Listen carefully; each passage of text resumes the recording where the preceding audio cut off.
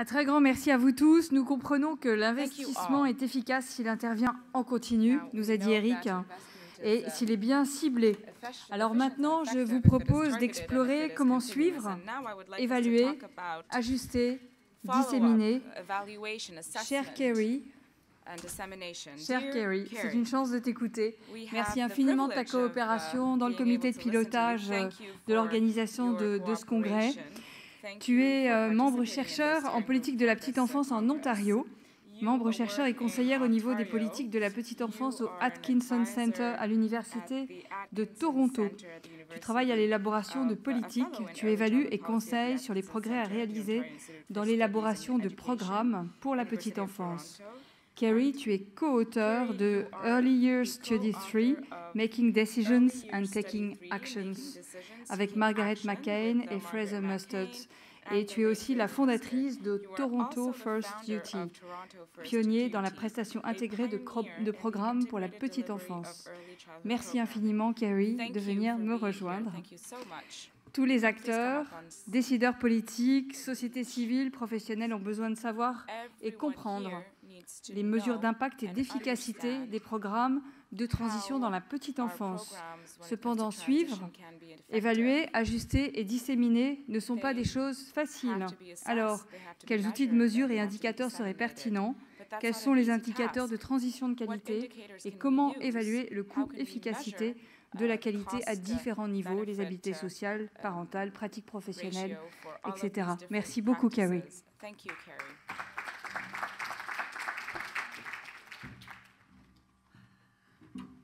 Thank you, Natalie, and what a pleasure it is to be here because we are now moving to the most exciting part of the program because there's nothing like research, monitoring, evaluation, and what we do with the findings. And as we know, what gets measured gets attention and what doesn't get measured gets ignored. But data collection and analysis comes with its own challenges.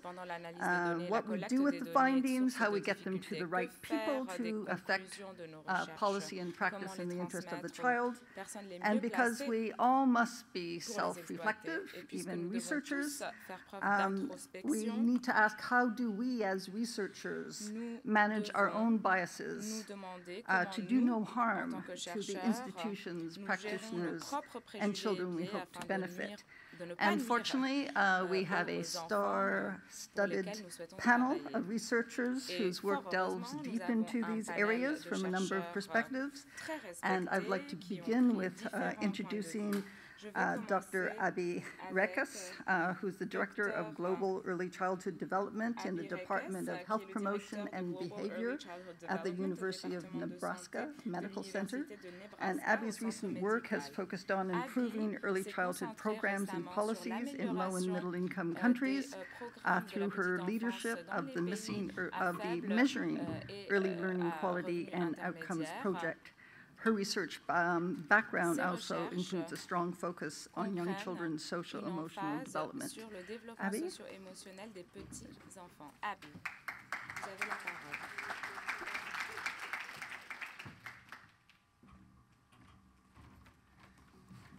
Good afternoon, everyone. Thank you so much for the opportunity to be here as we head into the last session of what has been an incredibly rich and stimulating discussion. So as a bit of context for my talk today, I would like to remind you of something that Dr. Barnett just added that I thought was very helpful, which is that we're looking for principles which we then can apply in our own settings. And I think that that sums it up well in terms of understanding what we can say about measuring and monitoring. And I hope that then you are able to take something from this talk and apply it to your own perspectives in your own countries. As my introduction said, I work a lot with low and middle income countries. I live in a high income country. And as time goes by, I think that we have more and more to learn from expanding our scope and deepening our understanding of what early childhood looks like in different parts of the world. I think that this is even more the case as immigration patterns and globalization shift. For example, in the part of the United States that I live in the middle of the country, the public school system has children speaking 70 to 80 different languages on the first day of school. So as we're thinking about measuring and monitoring inequality then, the issues of cultural and linguistic diversity are front and center. Next slide, please. Et géographique des enfants sont au cœur de nos préoccupations. Est-ce que je pourrais avoir la diapositive à l'écran, s'il vous plaît? So with so many interesting topics that we could discuss, why focus on monitoring? What is it that we can gain from thinking about our monitoring systems? So first and foremost, monitoring is one of the main pathways to quality. We've had examples of very, very well thought out and powerful programs from all over the world during these past 2 days. And the reality is that many children are not part of these programs. Many children are cared for by the person who lives down the street, the child care facility that doesn't have much support, the teacher who's had very little training. Monitoring is often one of the only ways that government has of reaching all of these providers. And for that reason, it becomes a key pathway to equity. We also know that parents may or may not choose what we consider to be the highest quality settings. And so that then we work to guarantee a basic level of quality through many monitoring systems. We also know that structural elements, such as teacher ratios, teacher training, the amount of qualification that a teacher has, are elements that are often included in monitoring systems. And just as a quick raise of hands, how many people live in countries where structural elements are monitored as part of quality systems? Okay, so a handful there. And how many people have a lot of faith that those structural elements are important predictors of child development? Fewer, I think fewer. There's some hands out there. So I think that as we are learning more about the nature of early childhood development, we're learning that monitoring systems focus on structural elements, in part because they are easy to measure, and that process quality, how teachers and children interact with one another, is the much more reliable predictor of how children learn and develop. So we've got a mismatch between what matters the most and what's most consistently monitored. Finally, in the area of increased, in an era of increased investment, data matters. There are policymakers who are very, very eager to know whether or not their investments led to the desired effects. So what's our opportunity today? So I think in this room, we've outlined a great vision. We have a sense of what quality looks like, I think, from many different angles. We've got findings from all over the world. There are a highlight of findings there from the panelists who will appear later, all pointing in the direction of saying quality matters. And at the same time, scaling up quality across a large population is truly a challenge. And so then how do we build the monitoring systems to help us achieve that goal? So I'm going to quickly summarize then the 3 questions that were posed for this panel. How do we design relevant and impactful monitoring systems? What indicators should we use to gauge the quality? And how can we get to a shared definition of quality? How do we bring together all of those different providers in many different systems, many of whom may be working with limited resources and on different assumptions? So to give us a groundwork then for our discussion, this question of monitoring can be a bit abstract. I've put together a cycle that you can consider. That begins with defining quality. So in many countries, this comes in the form of standards, of quality standards. In some countries, the process for developing quality standards is inclusive, meaning many people participate, as Dr. Vargas-Barón mentioned in terms of policies. It's an important part of the equation. In some countries, other people make the standards, and they may or may not ever even be shared. And in those situations, the definition of quality then may be something that only a few people really know, and that might not be what's most impactful. The second step then of clarifying the purpose of monitoring. In many countries, it is an accountability-based system, and I really appreciated it yesterday when Tracy Burns of OECD said, accountability is stressful. That is what makes people feel anxious. Yet we have many monitoring systems that are focused on the lowest level of quality and of promoting accountability. At the same time, there are other systems that are focused much more heavily on improvement, and that's an important step in the process. Next, creating workable tools. I think I loved the question from the last session of, if you could just come up with a couple of indicators, what would they be? And could you make sure that those indicators are really quick and easy to measure and don't cost us much and always produce reliable data? So we'll keep working on that, those of us on the data and measurement side. In the meantime, we need to create workable tools that are useful for the many people who are involved. In some countries, the inspectors are people who have little to no training in early childhood. So they come from the primary school system, they show up in an early childhood setting, and then are responsible for producing the data that says whether or not those classrooms are functioning well. The next step of collecting and synthesizing the information, and then evaluating the effectiveness, and not just evaluating the effectiveness of the early childhood settings, but the effectiveness of the monitoring system. Taking a step back and saying, is this monitoring system helping us achieve our goals? When I was putting together this talk, and for other work that I do, I have found very, very little information that looks systematically at the impact of monitoring on quality. So we spend a lot of time and government resources on monitoring with very little information. And then cycling back and having the willingness to redefine quality, to really deeply consider what quality means to the various stakeholders in light of the information that's available. So in terms of monitoring of why we do it and what we hope to gain from it, I think that we all have a shared assumption at this point that feedback can be helpful. If anybody has a Fitbit, that gives you personalized data on how well you're doing on getting your 10,000 steps a day. We know that people do change in response to feedback. However, that has to be the right feedback at the right time. Inspectors, parent surveys, self-evaluation, those are all important sources of information. Monitoring data does not have to be quantitative only, and it doesn't have to be collected by somebody outside of the classroom. Instead, the question should be, what will help people change the most, as Kevin McCormick said yesterday as well, or Kevin Connell, excuse me. So as an example then of how people have moved from this very high-level notion of quality to something that can be measured, I wanted to just give you 3 frameworks, and I apologize that the print on these frameworks is a bit small. I'm going to highlight the framework that comes from the International Step-by-Step Association, my great colleague Liana Gent and her organization, that has focused on articulating different dimensions of quality, including interactions, family and community, inclusion, diversity, there are some others there as well, that then can be interpreted and applied in different settings. There are 2 other frameworks that I've listed here from the National Association for the Education of Young Children, which is a US-based organization, and the Association for Education, Childhood Education International, which is a set of global guidelines. I encourage you to look these up as examples of how people have gotten from the big concepts down to specific indicators.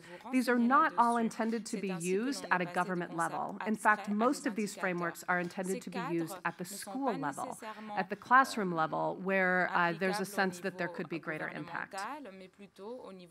I also wanted to mention this pyramid as a way of conceptualizing quality. This was put together by Pia Brito and Hiro Yoshikawa and Kim Bowler. And it's got a lot of levels and a lot of words, but the biggest point here being that quality isn't just within the setting. As we know, quality extends throughout an entire system. The monitoring system may or may not be capable of capturing all of these different levels of quality, but the people who are interpreting the data about the monitoring system need to have this in mind. Otherwise, it can be easy to come to reach faulty conclusions about what's influencing quality. Okay, so in terms then of shared definitions of quality, I think at this point there has been quite a good deal of agreement on the main domains, that especially within high-functioning programs, that there's some good clarity, teacher-child interactions being at the top. but also on inclusion and family engagement. We also know, though, that the design of effective standards require deep engagement from local stakeholders. So then taking those agreed upon domains, which are both empirically driven and also derived from child rights frameworks, and saying, how does this play out in our setting? What does this look like? In many cases, it may not be that everyone really agrees what quality looks like. You don't have to get to perfect agreement, but at least some degree of shared knowledge will make the system run better. I also want to point out that many standards of quality in government documents are not at all measurable. So, for example, it'll say the teacher supports the holistic development of the child, including social, emotional, and mathematical, etc. If you think about what that means for a teacher, certainly her intentions are to do that every day when she wakes up. I think there are very few teachers who don't share that intention. But making that happen can often be something very different, and many standards don't provide the level of detail required to help teachers get there. And then lastly, that definitions of quality may change over time, especially in an era of rapid change and globalization. It could be that the definition of quality that you put together a decade ago doesn't really resonate for people any longer. I'm going to tell you a bit about the MELCO project, the Measuring Early Learning Quality and Outcomes project, because in this project we attempted to take some of the existing global frameworks of quality and help apply them to low and middle income countries. So this was a joint initiative across 4 organizations, UNESCO, UNICEF, Brookings Institution, and World Bank. And we started then by looking at these global frameworks and attempting to translate it into a set of tools that could be used to promote information on quality in low and middle income countries. You can now find these tools. They are open source, available at ecdmeasure.org, and they've been used in more than 10 countries. I lose track of how many countries they've been used in. And I'm going to give you some examples then of the type of information that the MELCO project has yielded. So thinking back to the question of a standard, I'm going to focus on one, learning centers. How many of you have learning centers in the countries that you live and work in? Is that a concept that's familiar? At least to some people. It's the idea that you create spaces within an early childhood facility for children to explore a specific theme. So this picture comes from a classroom in sub-Saharan Africa, and this was a community-based provider. She's not paid for her work. There's no regulation, no monitoring. There's basically nothing but a document that she may or may not actually be able to read very well. And yet she's taken that and she said, okay, I've got a learning center. And then we see another example of a learning center. This one is also from sub-Saharan Africa. This is from a for-profit childcare facility that cares for children as much as 12 to 15 hours a day. There were probably 40 to 50 children in one small cinder block classroom. And this is her interpretation of a learning center. And so it's a little bit different. And then this last picture comes from Latin America. And this was a higher resource environment. And in these environments, this one is books. It doesn't do justice to the rest of the classroom, which looks more typical, more in line with what we would expect to see. And so my question for you then is, were the first 2 examples wrong? How do we start with where people are? And what type of monitoring is useful then? The government standards say learning centers. She did her best in that first facility to manifest that idea and to make a learning center. So how can we build a monitoring system that's going to help her get to the next level? And what pieces of information do we not even come close to being able to get from these pictures? We don't know how the teacher's talking to the children. We don't know whether these children ever get the opportunity to use these learning centers. So I think that this is one example for me of how the structural indicators can fall so short of capturing what's happening in a classroom and, more importantly, providing a pathway for improvement. So this is an example, too, that comes from the MELCO project. This is one of my colleagues in Peru who just did such a great job working on behalf of the ministry. So in this situation, Peru had invested a lot in materials. And they had taken a big grant and used it to buy materials for their classrooms. And they were so excited to see what had happened, because that, again, was something that was written in their standards. And so you can see on the centers, the learning centers, that almost everybody had a learning center. And so it was like, that was great. Everyone was so excited. And then, because they were also monitoring teacher-child interactions within the classrooms, they got this slide, which wasn't as good of news. Which basically that those learning centers were there, but the children never used them. And in the instances where the children did use them, the teachers were being very prescriptive about how the children should engage. So in that sense, coming a far distance from achieving the vision behind the standard. But again, because they had both pieces of information, they were able to put the pieces together about where to focus their professional development. Peru is now in the process of using a more extensive tool that does include interactions as their monitoring tool. So in terms of summaries then, we certainly know that the interactions between the teachers and the children are central to learning and development. That's what the driver is. And that the quality is about both the content of children's learning and the relationships that support children. There are plenty of tools out there that get at this. In the United States, there's also lots and lots of debate about which tool is the best tool. I think there is no such thing as a perfect tool. And instead that you have to continue to modify it and make sure that it's meeting your needs.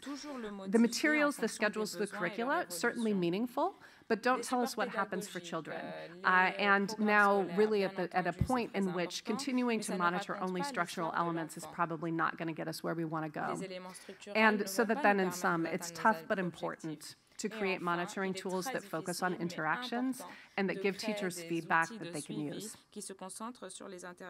So in terms of getting to effective monitoring, I'd like for all of us to take a second and put ourselves in the shoes of the different teachers and think very clearly about what that might be useful to that teacher in light of all of the limitations, and especially the low level of resource for professional development. And then in terms of just a few words of implementing monitoring systems, and a note of appreciation for OECD and the tremendous work that they did in starting strong on monitoring systems. We don't have much of that for low and middle income systems, and it sure would be great to have it. But we do know that there are a range of different types of mechanisms. Accountability mechanisms, meaning that you're focused on the lowest quality providers and that then you more or less identify and then sometimes penalize those providers, all the way to the other end of the scale, which is that there's no monitoring system other than self-assessment and reflection. I would say that those types of choices are highly reflective of the political system, which is another element that must be taken into account. And the coaching and self-evaluation have probably emerged from the research that there is as being some of the highest leverage and most powerful types of monitoring. And again, then perhaps different ideas of informational interventions stem from this as well, of how can we be getting people information that they really can use and that helps them do a better job. So starting then with clear standards that reflecting buy-in on what quality means, moving to implement those standards with a clear focus on professional development, and then I would also propose providing incentives for those who really achieve the vision, and not only focusing on the providers at the bottom end of the scale. And then, finally, at the end, integrating accountability if that's something that your political system either requires or is, for whatever reason, attractive in reaching policy goals. Okay, then on to my last slide, effective quality monitoring systems that require definitions of quality, assuming that the definitions will change over time, focusing on professional development with feasible and effective monitoring tools, and an ongoing research agenda. So new information needs to be generated all the time on what quality means for different populations, expecting very, very complex results because that's what emerges. And then communicating and aligning across systems, sharing information, and focusing on making sure that all stakeholders are aware of how other people are experiencing the monitoring system. So one last final note on innovation. I think that monitoring is a place where we have lots and lots of room for innovation. So for those of you who are very, very creative, bring your ideas to the monitoring table. And I think that there would be many who would be deeply appreciative. Thank you very much.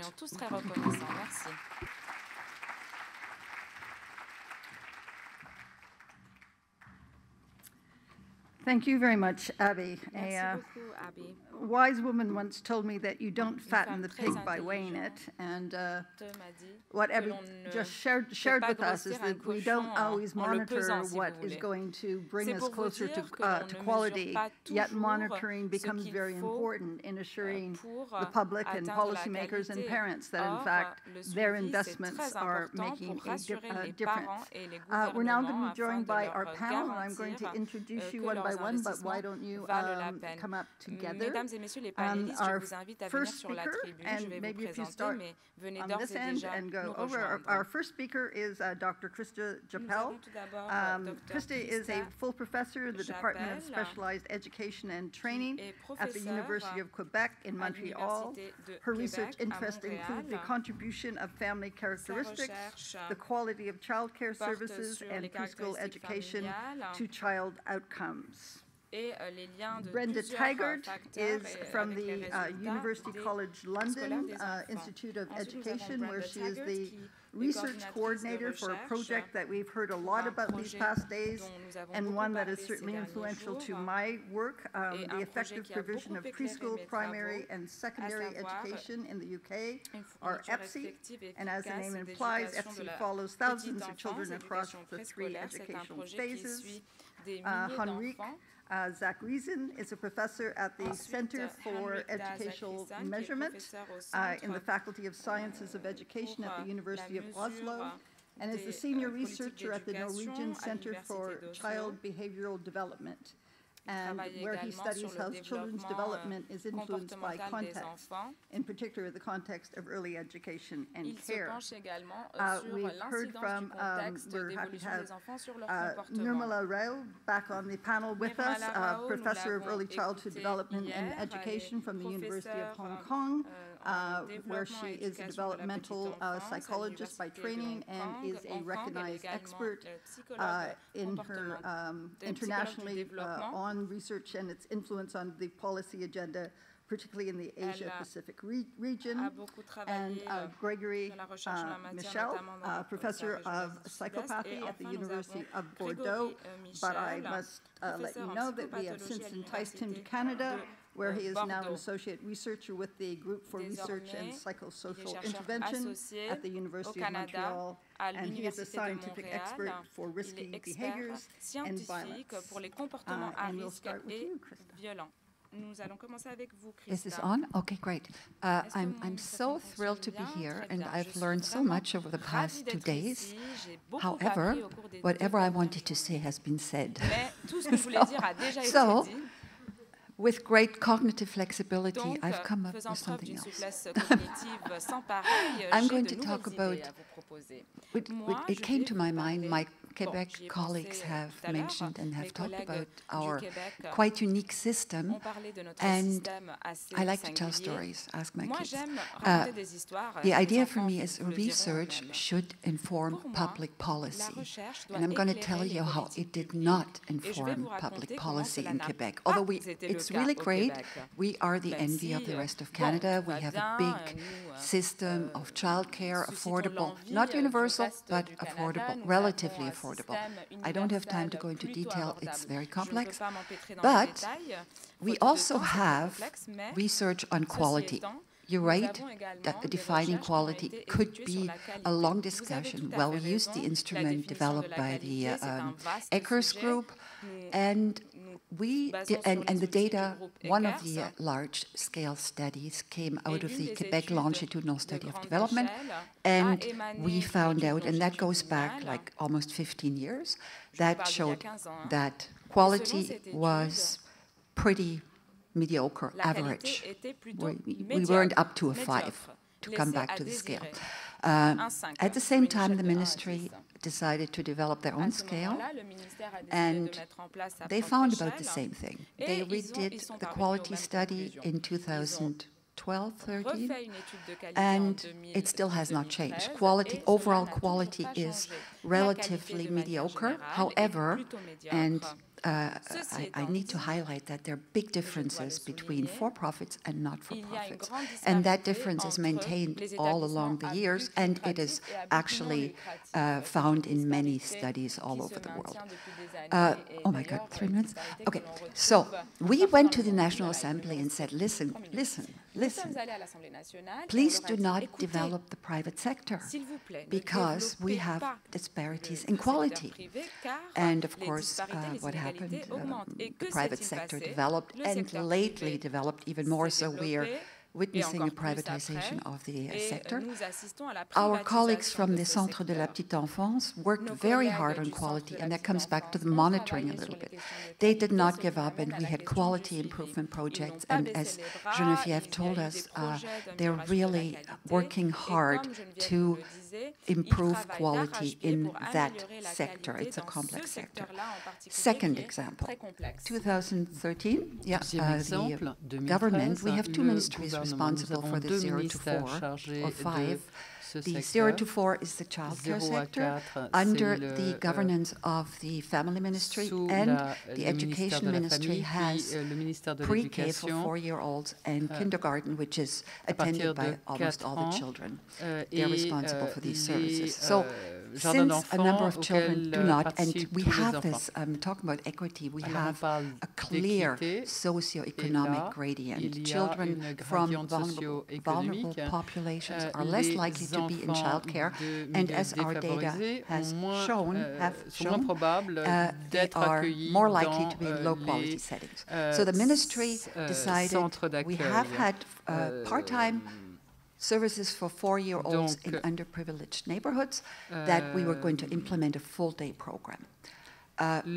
Quality has been integrated into the child care system. However, quality in school settings has never been looked at. So we had a study which we started in 2014, and what we discovered is, because we wanted to see related to school readiness, is the quality with this targeted program, is it mediating, is it helping to narrow the gap for at-risk children? Quality was extremely low in the school setting because there's never been really, they've never been taught, they don't know, and the teachers are lacking the basic training to know what quality is all about. So we again went to the ministry and said, listen, why don't you focus on quality rather than on quantity? If you want this measure, this targeted measure to make a difference for the children.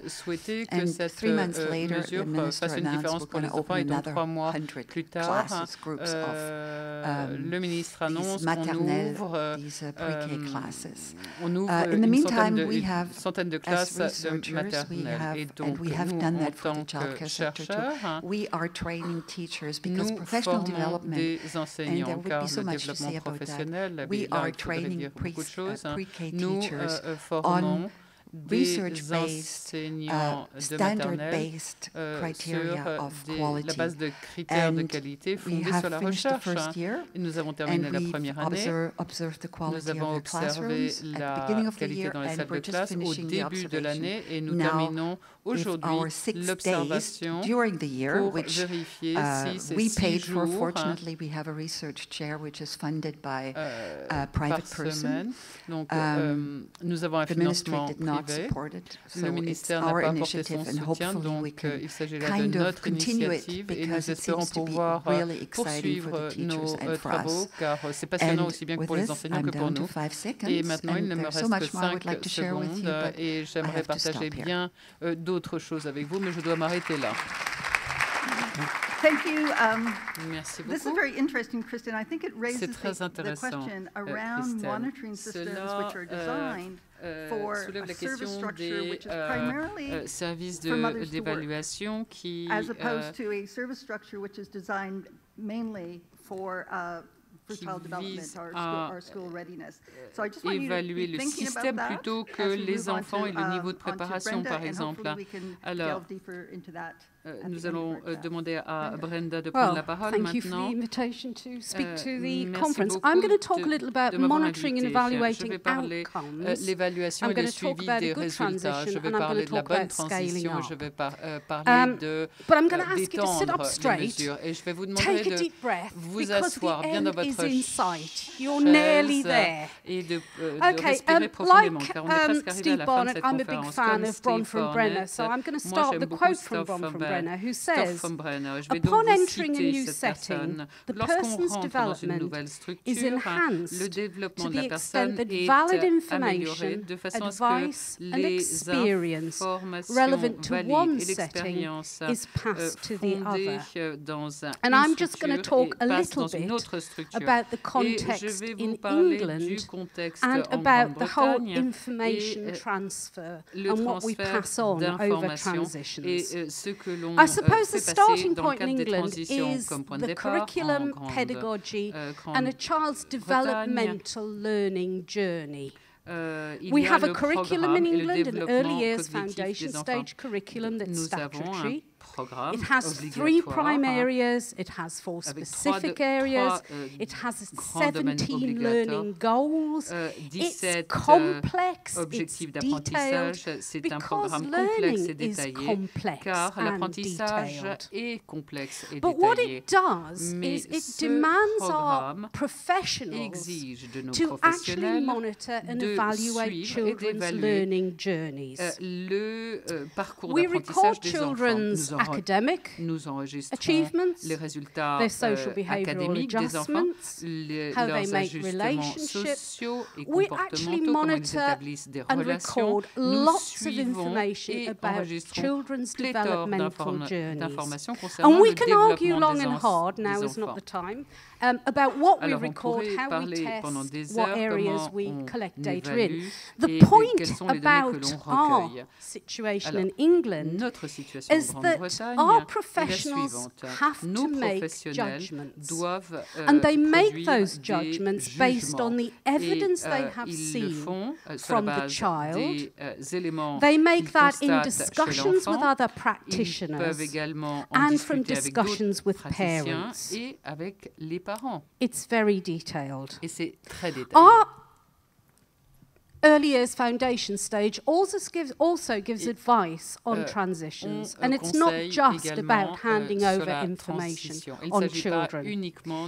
The advice that we give is that it's actually about not just information transfer, but each of the 2 phases at the point of transition, understanding each other.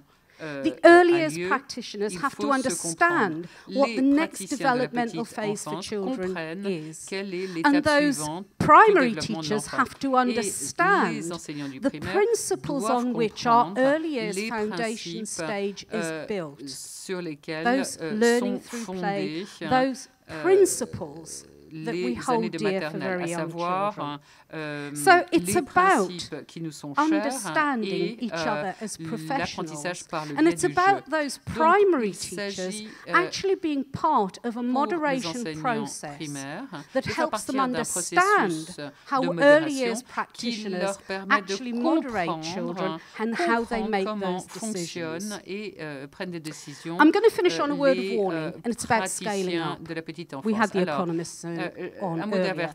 If you're talking about scaling up a system for information transfer, there's only one way to put it. It is really expensive. It costs a lot of money. So if you're going to do it and you're going to do it well and you're going to do it efficiently, then we have to have some principles about what we collect and how we hand it on.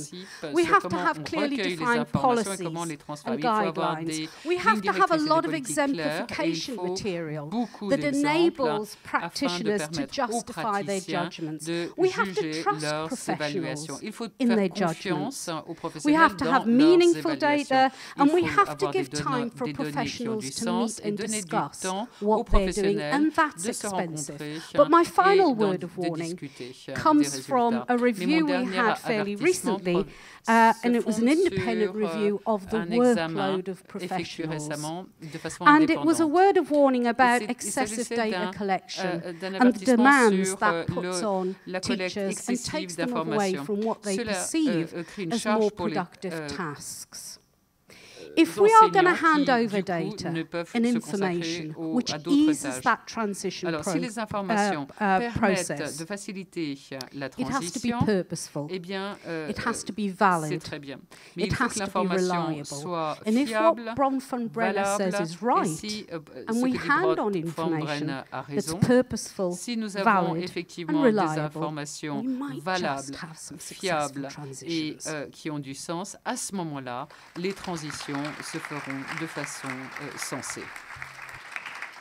Thank you, Brenda. What came Merci, front of mind Brenda. for me during your talk was Ce qui m'a that frappé as lorsque vous researchers, avez, much of the assessment pendant que vous tools parliez, we use are c'est qu'en designed tant que to chercheur, beaucoup identify d'outils children's d'évaluation deficiencies. visent à identifier les failles des enfants, the other kids sort of are good enough. les défauts. But is getting children to good enough good enough?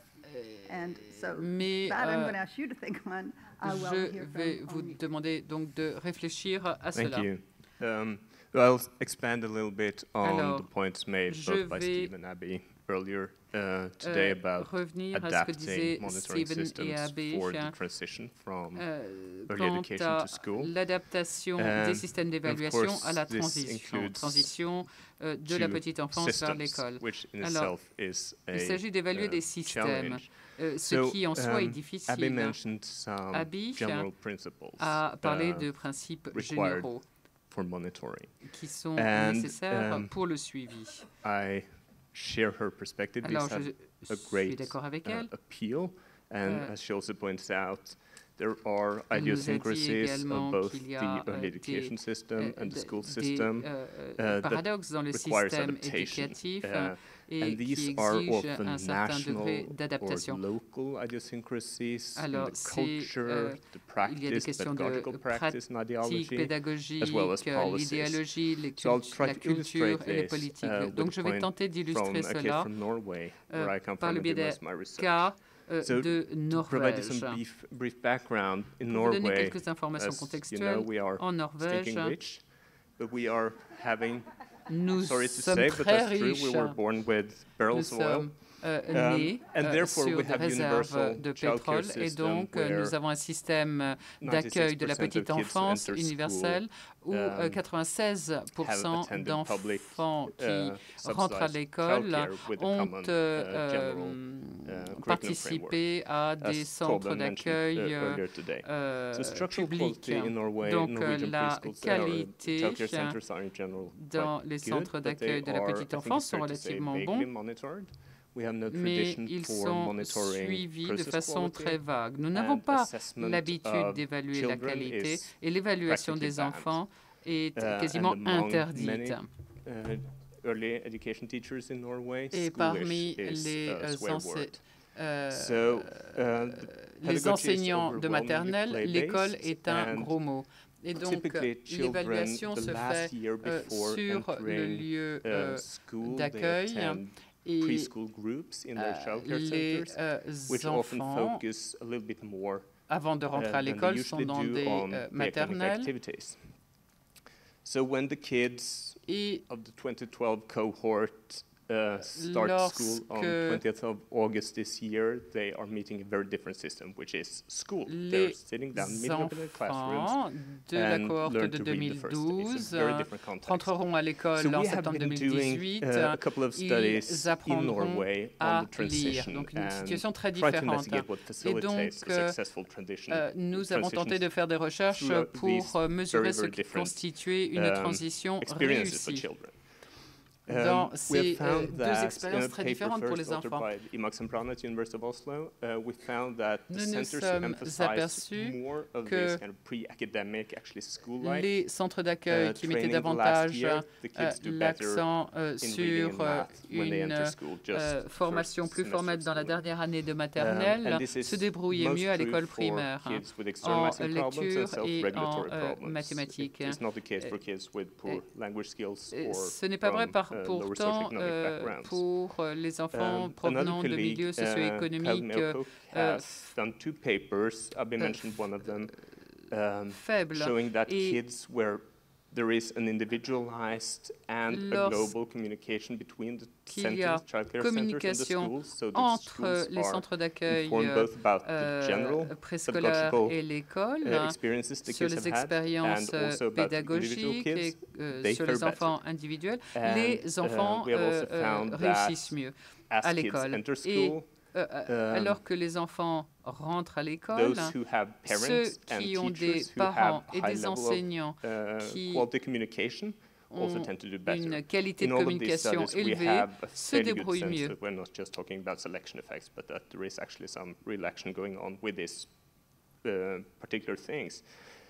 Donc il y a des liens, et il s'agit là de quelques études, et sont probablement, ils ne portent que sur le contexte norvégien qui est très particulier, mais je pense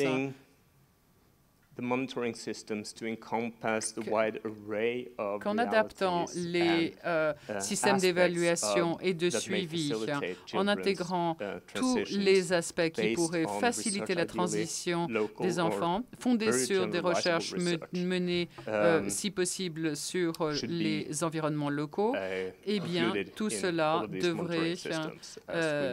serait tout à fait prometteur. Merci.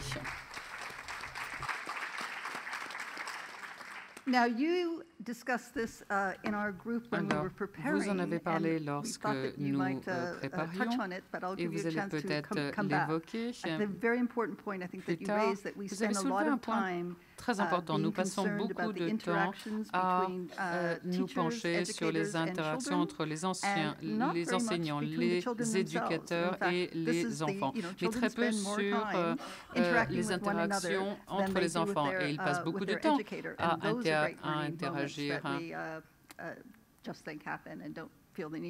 Et pourtant, nous ne suivons pas ces interactions entre enfants. Et donc, vous pourrez peut-être nous en dire un mot plus tard. Alors, Nirmala. Thank you very much, Carrie. Could I have the slide up, please? Nirmala, je vous donne my la talk is parole. going to... Is the slide coming up? My talk is going to follow on. My talk is going to follow on very nicely from Abby and Brenda and the rest of the speakers. When our session is on monitoring and evaluation, and that involves data. Okay, so I'm going to talk a little bit about what counts as evidence, what are the sort of things that we use to monitor and evaluate the efficacy of programs. I'm also going to talk about child outcomes as a way of monitoring programs. If you notice, my talk is about East Asia and Pacific. In 5 minutes, I can't talk about the 30 countries in the whole East Asia and Pacific region. But the region is, from Mongolia to New Zealand, from Myanmar to Pacific Islands. I'm not going to talk about the high-income countries, Australia, New Zealand, Japan, Korea. Instead, I'm going to just give a few examples from low and middle-income countries where the majority of the world's children live, and what are some of the things that we are concerned about in terms of monitoring and evaluation of early childhood programs and their effects on young children. Next slide, please. Okay. For the past 2 days, I have really so much enjoyed hearing all the speakers, and we have heard about the evidence-based related to the effectiveness of ECE. Dr. Maria Sovoloxi talked so nicely about the brain development, epigenetics, and how early experiences are built into our brain. We heard from Dr. Craig Alexander about the economic argument, about the yields from investing early.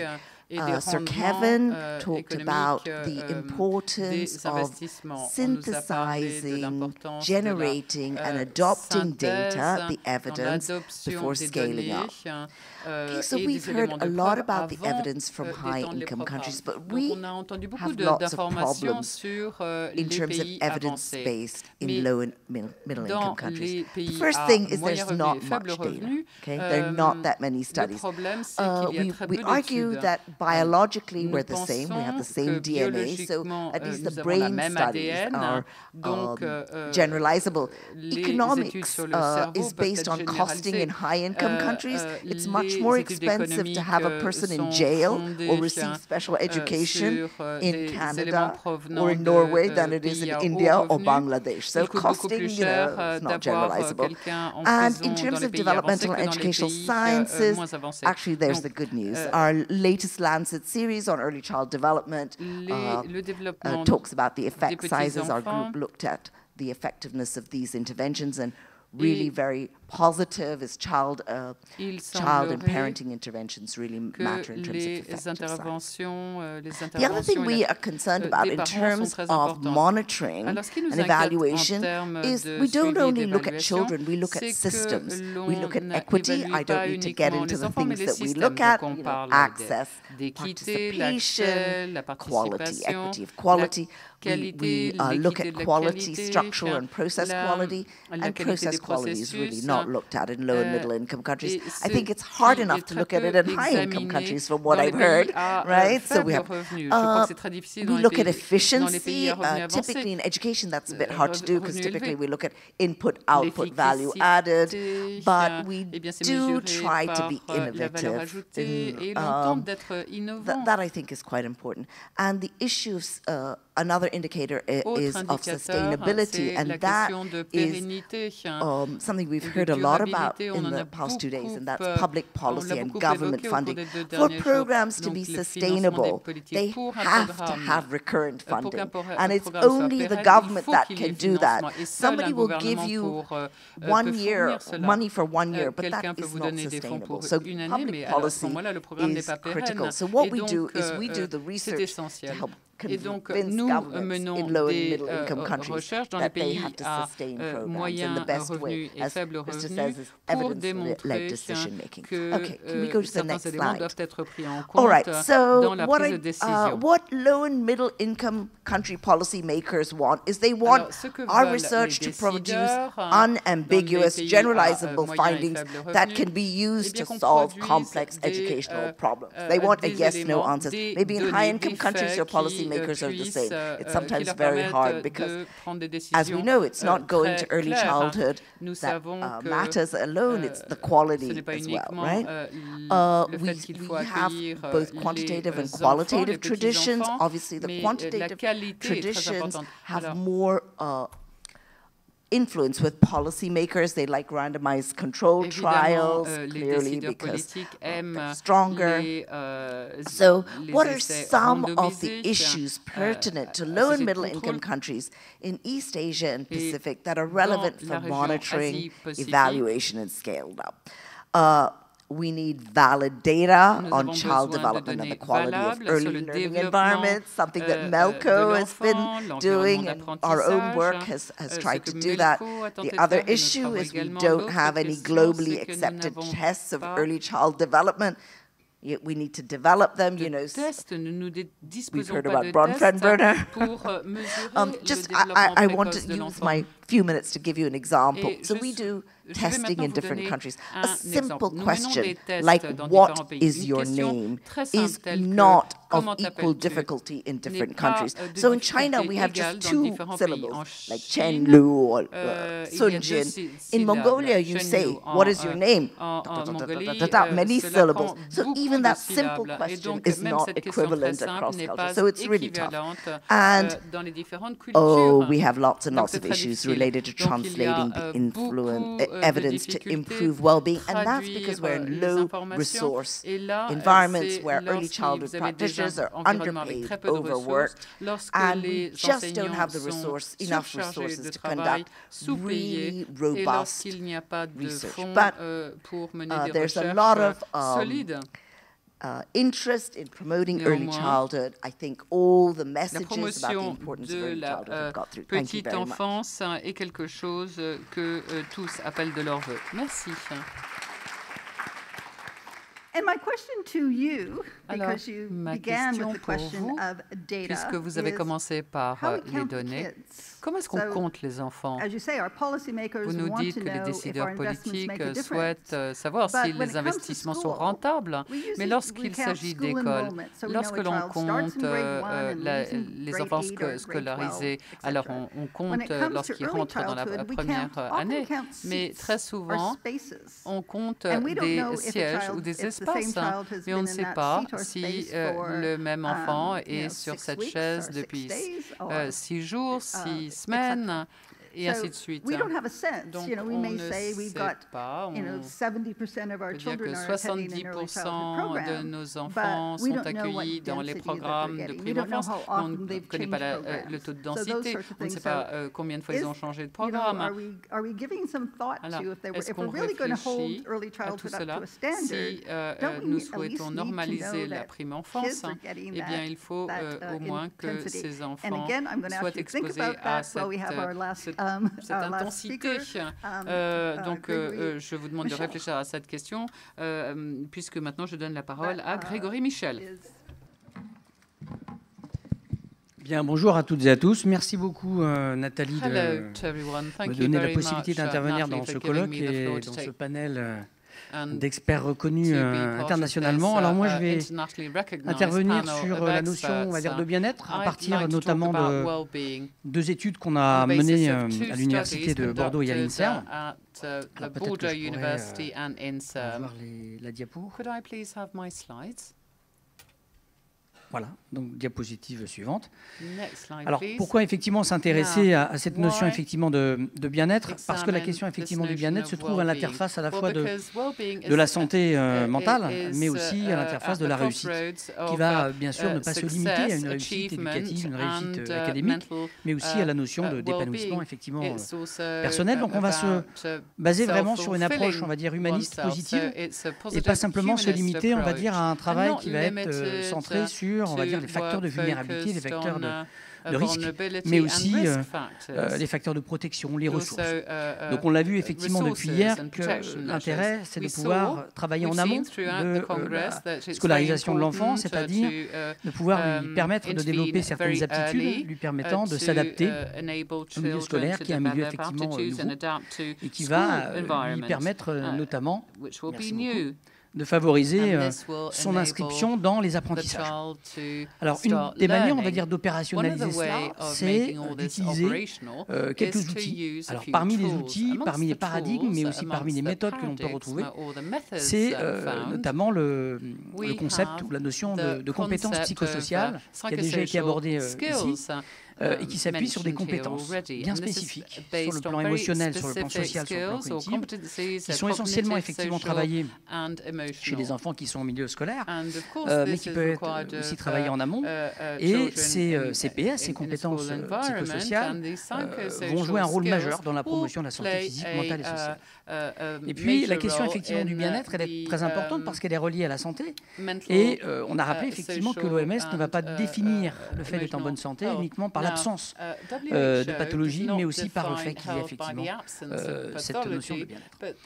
Alors, il y a différentes stratégies d'intervention possibles. On a beaucoup évoqué les stratégies d'intervention centrées sur l'environnement, sur l'entourage, sur les familles, au travers justement de certaines techniques de visite à domicile, d'aide à la parentalité. Et on voit très bien que l'estime de soi, la question effectivement des émotions, va surtout être développée chez les enfants au travers de la façon dont les adultes, les parents, les enseignants, mais aussi tous les acteurs de la petite enfance vont renvoyer aussi une image effectivement positive à l'enfant.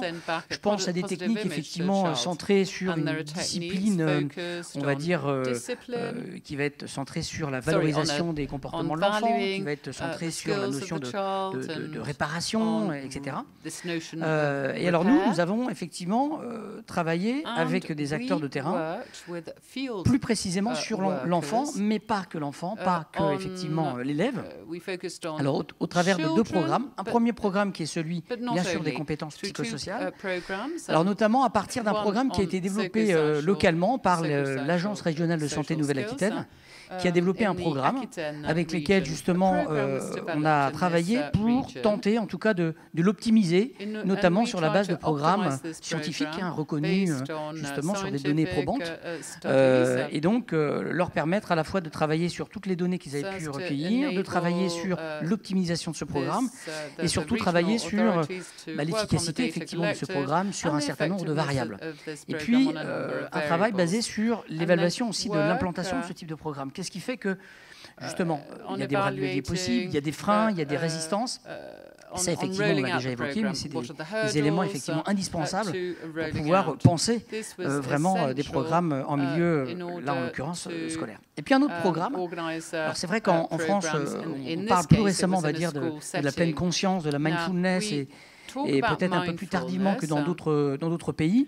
L'objectif de cette étude, quasi expérimentale, donc avec un groupe de contrôle, c'était vraiment de travailler sur l'implantation d'un programme que certains peut-être connaissent, celui de la grenouille d'Edwin Snell, où on plonge, on va dire, l'enfant dans un univers où il, on va dire, s'identifie à cette grenouille de manière à pouvoir travailler sur sa respiration et pour pouvoir être dans une sorte d'état un petit peu de méditation qui va l'amener, selon effectivement nos hypothèses, à améliorer, on va dire, notamment son stress et notamment ses capacités d'attention. Donc je vous en parlerai un peu plus tard. Alors, l'idée effectivement de tous ces travaux ont permis bien sûr de préciser que cette notion effectivement de bien-être, elle est multicomposite. Elle va effectivement s'appuyer sur différentes composantes, mais aussi différents partenaires. Et c'est vrai que trop souvent, on est un peu trop morcelé et un peu trop isolé face à ces questions et à ces interventions. La deuxième point important qui me semble effectivement nécessaire de souligner aujourd'hui, c'est aussi, notamment en France, c'est qu'on peut avoir tendance aussi à utiliser des programmes qui ont fait leurs preuves sans suffisamment les co-construire avec le terrain, de manière justement à rendre peut-être plus difficile l'implantation de certains programmes. Et puis de privilégier, ça a été abordé notamment, il y a Orla Deuil qui en a parlé tout à l'heure, de l'universalisme proportionné. On a un programme, mais on va l'ajuster. C'est du coût humain, c'est pas effectivement un programme généraliste du prêt-à-porter. On va être au plus près effectivement des enfants.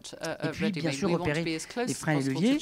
Et puis ça a été abordé aussi par cette notion de qualité, c'est la formation qui va être essentielle des enseignants, des acteurs effectivement de terrain, des formations initiales mais aussi des formations effectivement continues. Et puis je finis par une citation de Balzac qui prend tout son sens pour nous puisque la responsabilité elle est collective, c'est celle d'une question qu'il pose en disant que le but de la société n'est-il pas de procurer à chacun le bien-être. Et moi j'ai ajouté, et cela dès le plus jeune âge.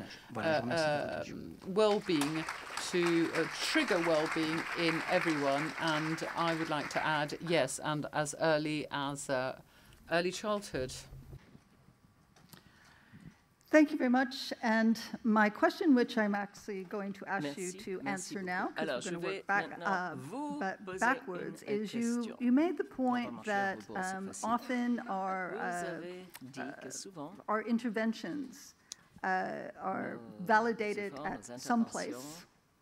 But when we roll them out, we don't roll them out with the practitioners and the, for lack of a better word, the clients in mind. So could you talk a little bit about why that is and how you think it could be addressed?